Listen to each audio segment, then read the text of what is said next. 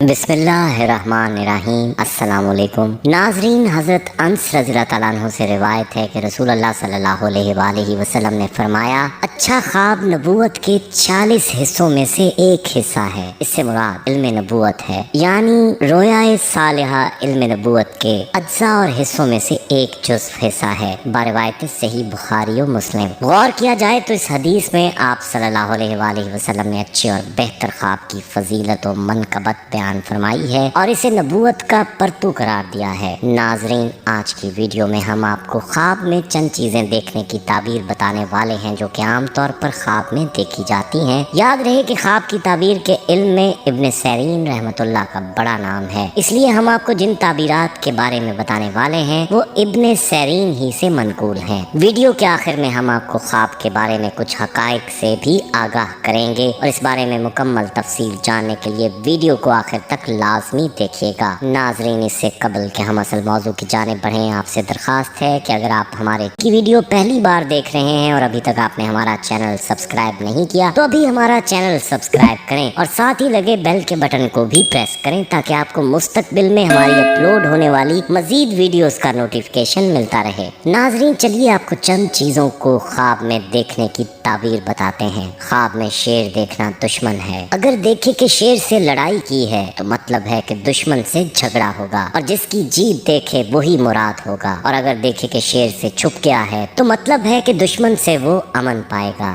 خواب میں قرآن پاک دیکھنا، اگر دیکھے کہ اس نے قرآن پاک خریدا ہے تو دلیل ہے کہ اس کو علم اور دانائی نصیب ہوگی، اور اگر دیکھے کہ اس نے قرآن پاک کو جلایا ہے تو دلیل ہے کہ اس کے دین میں فساد اور خرابی ہے، اس کی اصلاح کی ضرورت ہے، اور اگر دیکھے کہ وہ قرآن پاک کو اچھے انداز سے پڑھ رہا ہے تو دلیل ہے کہ وہ کسی آفت سے نکلے گا۔ خواب میں چنبیلی کا پھول دیکھنا، حضرت ابن سیرین رحمۃ اللہ علیہ نے فرمایا ہے کہ اگر کوئی دیکھے کہ کسی دوست نے اس کو کوئی گلدستہ چنبیلی کا دیا تو دلیل ہے کہ درمیان ان کے کوئی گفتگو پیش آ جائے اور وہ ایک دوسرے سے جدا ہوئیں، اور اگر کوئی عورت یہ دیکھے کہ اس نے چنبیلی کے پھول کسی درخت پر سے چنے اور اپنے شوہر کو دیے تو دلیل ہے کہ شوہر اس کو طلاق دے، اور اگر کوئی دیکھے کہ چنبیلی کے پھول اس نے اپنے غلام کو دیے تو دلیل ہے کہ اس کا غلام بھاگ جائے۔ خواب میں چاول دیکھنے کی تعبیر، یاد رہے کہ خواب میں چاول دیکھنا مال ہے، جتنے چاول دیکھے گا اتنا ہی مال نصیب ہوگا۔ اگر دیکھے کہ خواب میں پکے ہوئے چاول کھا رہا ہے تو دلیل ہے کہ اس کی مراد پوری ہوگی۔ خواب میں ہدہد دیکھنا، ہدہد ایک مشہور پرندہ ہے جس کے سر پر تاج ہوتا ہے۔ حضرت ابن سیرین رحمۃ اللہ علیہ نے فرمایا ہے کہ خواب میں ہدہد عقل مند اور دانا مرد ہے کہ لوگوں کو پوشیدہ باتوں کی خبر دیتا ہے۔ اگر دیکھے کہ اس نے ہدہد پکڑا ہے یا اس کو کسی نے دیا ہے،